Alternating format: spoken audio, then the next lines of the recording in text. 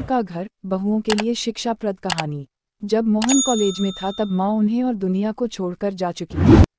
एक कामवाली बाई शांति थी जो सुबह से लेकर शाम तक उनके घर का सारा काम करती थी। नई नई शादी हुई थी इसलिए शांति बाई का दिन भर घर में रहना रिंकू को अपनी प्राइवेसी में बाधा सा लगता था। इसलिए अब शांति बाई सुबह खाना बनाना, कपड़े और पोछा करने के बाद चली जाती और वापस शाम को आकर खाना बनाती। शांति बाई की दोपहर की गैरहाजिरी से कई छोटे मोटे काम दिखाई देने लगे जिनमें से ज्यादातर काम बिना कहे मुनीब जी ये सोचकर कर लिया करते कि बहू को मदद हो जाएगी, लेकिन बहू सोचती कि ससुर को औरतों के काम में दखल देने की आदत है। एक दिन मौका देखकर रिंकू ने मोहन से कहा, क्यों ना हम बाबूजी को वृद्धाश्रम में भेज दे। सिर्फ एक बार पैसा भरना पड़ेगा और उन्हें भी अपने उम्र के लोगों का साथ मिल जाएगा। हमें भी अपनी प्राइवेसी के बारे में ज्यादा सोचना नहीं पड़ेगा। मोहन ने रिंकू की बातों पर ज्यादा ध्यान नहीं दिया। कुछ दिन ही बीते थे कि बाबूजी अपने दोस्तों के साथ एक हफ्ते के लिए टूर पर गए और इत्तेफाक से इसी दौरान शांति बाई भी छुट्टी पर थी। फिर क्या रिंकू को जैसा चाहिए था वैसा समय मिलने लगा। अब मोहन रेस्टोरेंट में खाना खा लेता और रिंकू का काम ऑमलेट, ब्रेड या मैगी से चल जाता। खाना बनाने की टेंशन नहीं थी, लेकिन घर में निकलने वाले सारे काम तो अभी भी करने ही थे। ससुर जी की गैरहाजिरी में रिंकू को एहसास हुआ कि वह बिना कहे ही जो काम कर लिया करते थे उनसे कितना फर्क पड़ता था। छोटे मोटे लगने वाले यह काम भी काफ़ी समय और एनर्जी लेने वाले थे। कुछ दिन बीतने के बाद एक दिन मोहन रिंकू को कहता है, चलो आज कहीं बाहर घूम कर आते हैं।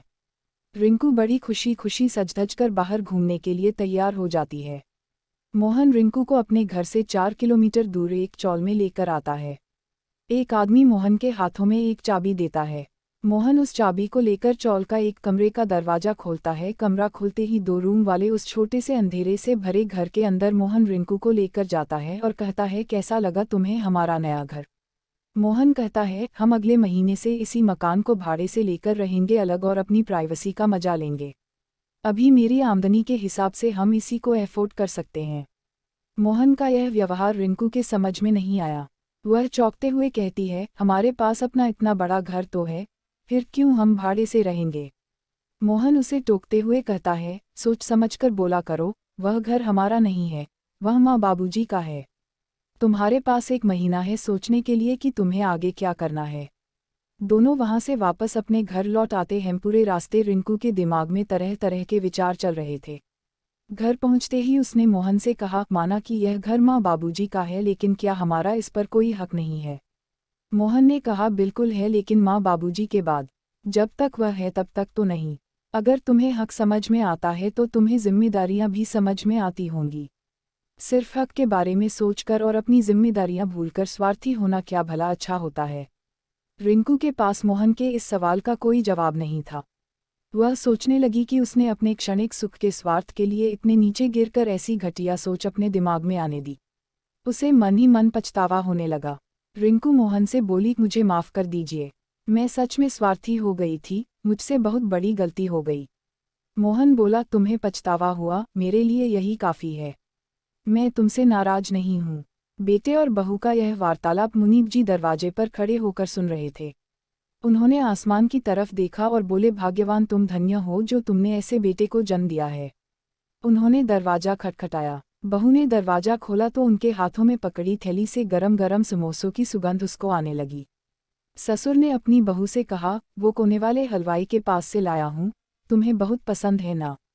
रिंकू को अपने ससुर के प्रति विचार और ससुर के उसके प्रति प्यार, उन दोनों का फर्क समझ में आते ही उसकी आंखों में पश्चाताप के आंसू और चेहरे पर अपने परिवार के प्यार के कारण मुस्कान आ गई। दोस्तों, इंसानी दिमाग में दिन भर में हजारों विचार आते हैं, कुछ अच्छे कुछ बुरे, लेकिन किसी भी विचार को शब्दों में परिवर्तित करने से पहले उनको समझना बहुत जरूरी है। अक्सर विचार और वास्तविकता एक दूसरे से मेल नहीं खाते हैं। हमारे बुजुर्ग जो हमें बोझ लगते हैं, जिनसे हम बात बात में चीर जाते हैं, और ऐसा इसलिए होता है क्योंकि हम स्वार्थी होकर सोचते हैं और हम उनके योगदान को समझ नहीं पाते। वह हमारे जीवन में बहुत अहम किरदार निभाते हैं। अगर कहानी अच्छी लगे तो अपने दोस्तों को फेसबुक पर शेयर करना ना भूले और छोटी वॉइस चैनल को सब्सक्राइब करना ना भूले और वीडियो को लाइक भी करें।